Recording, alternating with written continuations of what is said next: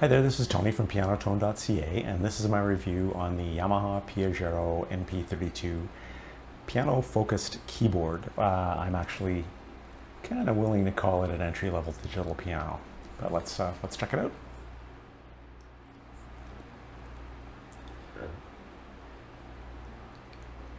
So this is a really cool keyboard. I was really excited to review this ever since I tried it in a store once. I actually rented it for a week so that I could learn a few things about it to share with you guys.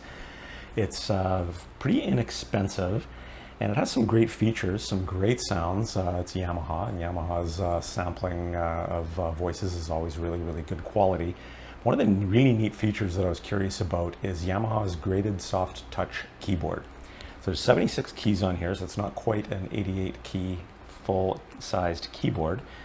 And it isn't weighted, but it is graded. So you could kind of call that semi-weighted. The keys on the lower register do have a much harder resistance than the keys up in the higher register. Now my Alesis Recital Pro digital piano, which is my first digital piano that I've had, is fully weighted, but it's not graded. So while these keys are quite a bit lighter, there is still the sensation of the grading, which is actually pretty cool. And the other aspect about these keys that's really cool is the soft touch really is a good way to describe those. They don't feel really cheap and kind of bouncy, clicky, clacky kind of thing like you'll find on an awful lot of really cheap keyboards. They actually feel nice to play. They're smooth, they feel natural, they just feel really light. So the keys I was really quite impressed with. Now the piano has 10 voices, and again, pretty good quality voices. Let's check those out with a quick little sample.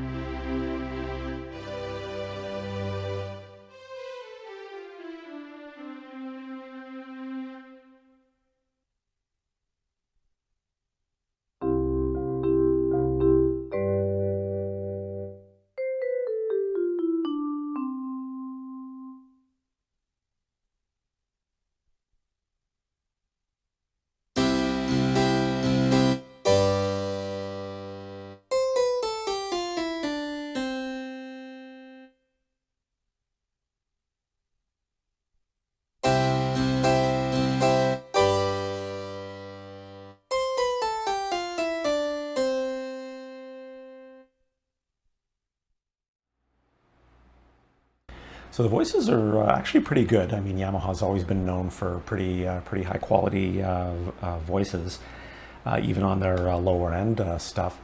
I was actually curious to try comparing the voices on the Piaggero to my Alesis Recital Pro voices.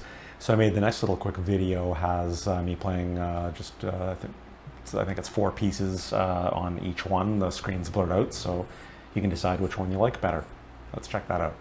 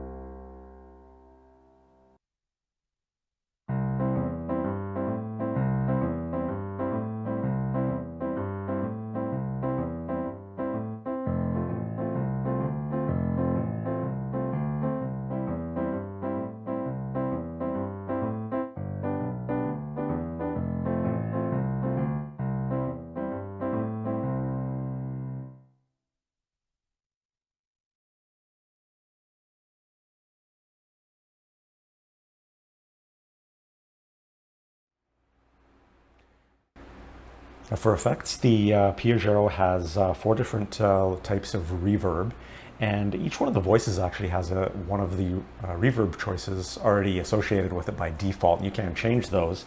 I played around with it a little bit, and to be honest, I didn't find a huge difference between any of the reverbs. They all make the voices sound better than having the reverb off, but I didn't really find a huge difference between them. The one called Stage, I think, is maybe a little bit fuller than the others. Some other common features that you'll find on a lot of keyboards and digital pianos that the Piaggero has is a metronome, of course. You can speed up and slow down. You can also set the timing of it so that you get the chimes on the 4th beat for 4/4, the 3rd beat for 3/4, that type of thing.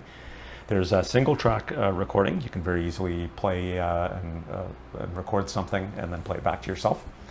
There's layering, so you can layer one voice on top of the other. A common example of that is the piano over top of strings. And you can also transpose, which is handy for us beginner players. The other thing you can do that's kind of neat is tune the piano. So if you show up at your band practice and your bass player and guitar player have already tuned to each other and maybe they're a little flat or sharp, you can actually tune your piano to them as opposed to having them retune to you. So that's kind of neat. And another feature that's really handy, especially given that this is a 76 key piano, is that you can do an octave shift up 1 octave or down an octave. So if there's some song that you're learning and then all of a sudden you run out of keys and it's like, then you can actually set the piano to shift the octaves so that you can now have access to those notes. So that's a pretty cool feature for a 76 key keyboard. The other thing that I didn't mention so far, seems kind of silly, but this music holder is fantastic. It's mostly because it's kind of big, and it also has the piece in the center, and that really keeps the paper from falling through. It holds a tablet nicely as well, too. The stand that came with my Alesis is fine. I mean, it holds the tablet really well, and that's mostly what I use, but if I put paper up there, I've got to kind of clip it with something to keep it from sliding off while I'm playing. As far as connectivity goes, there's a 1/4-inch jack for a standard sustain pedal on the Piaggero, and there's a USB MIDI out, so you can connect it to GarageBand and anything that reads MIDI files. And there's a 1/4-inch headphone jack as well. There is no line outs, so if you want to connect to a PA or external speakers or something, then you're going to need to use the headphone jack, but that still functions. The speakers are 12 watts. They're not the greatest. When I first brought this home, I started playing it out of the speakers and I'm thinking, I thought these voices were supposed to be really good. And then oh, wait a minute, these speakers are pretty small. Plug your headphones in and lo and behold, the voices are great. It's just the speakers aren't the most powerful. But for the price and the fact that you're probably going to be practicing with your headphones most of the time anyway, not really that big of a deal. So for all you iOS users out there, you are in luck because the Yamaha Digital Piano Controller app is fantastic. It's unfortunate it's not available for Android, but if you do have an iOS device, then you're gonna be really happy with this app. So it does 2 things basically.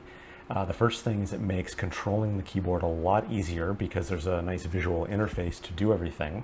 A lot of the settings are pretty easy, like selecting voices you could do quite easily with the keyboard, but some of the more complex settings, you need to refer to the manual to hold down this button, press this key to shift an octave or something. So this app can be super, super handy. So just for selecting voices, for example, you can select the voices on here, the nice visual interface, and you can see it's actually changing them on the piano. Also gives you a little bit of a description of each one, and there's recorded samples in there you can listen to if you want to as well. Now if I go into the settings, I can go to dual. This is how I'm going to do layering. So I can choose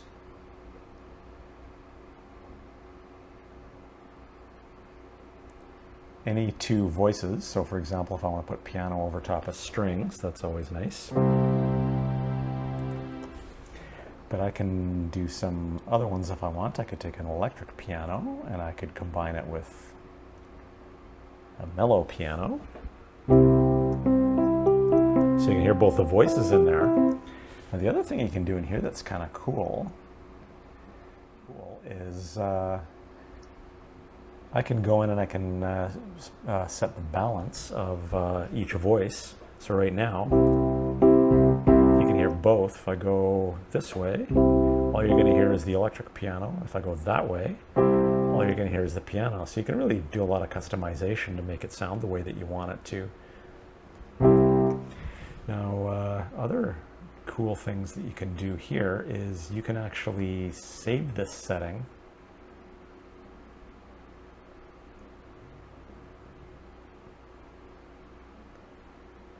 And I could give that a name, like Tony's electric piano combination or something, so that it's easier to recall the next time.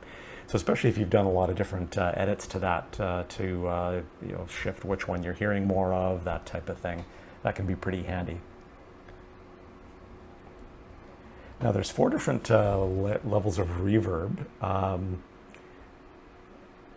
The reverb choices in here are actually already by default, each voice is associated with one of the reverbs, and I played around with this a little bit, and to be honest I didn't hear too much of a difference between any of them, so I didn't really bother. I just took whatever the default was for each voice.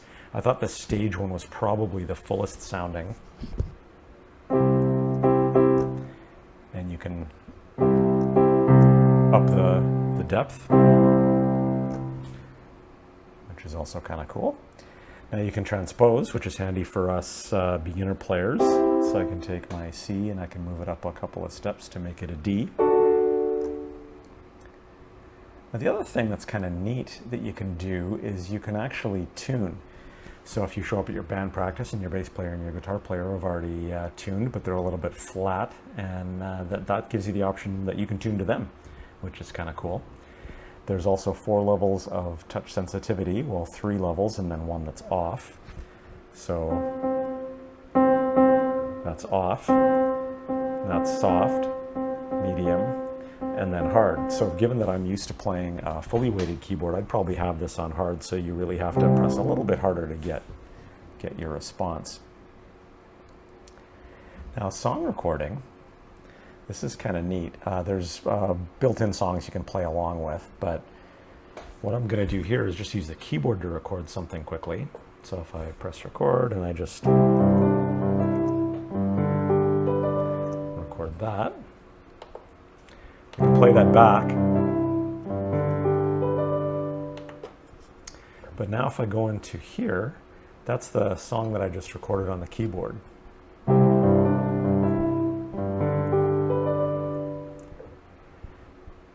But what the app adds is the ability to do additional ones. So you can have as many as your device is going to hold. So I can record a new one here.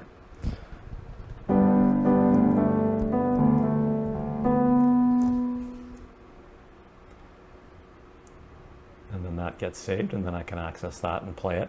I can't play that one back on the keyboard, but I can play that back using the app.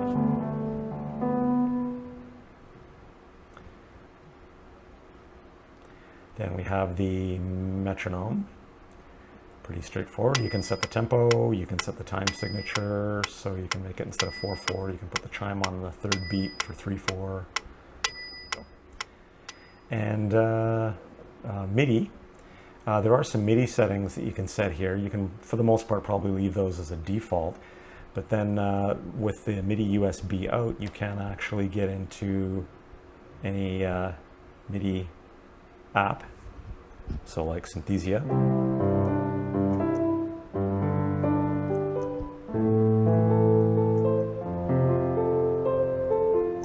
So that's pretty cool.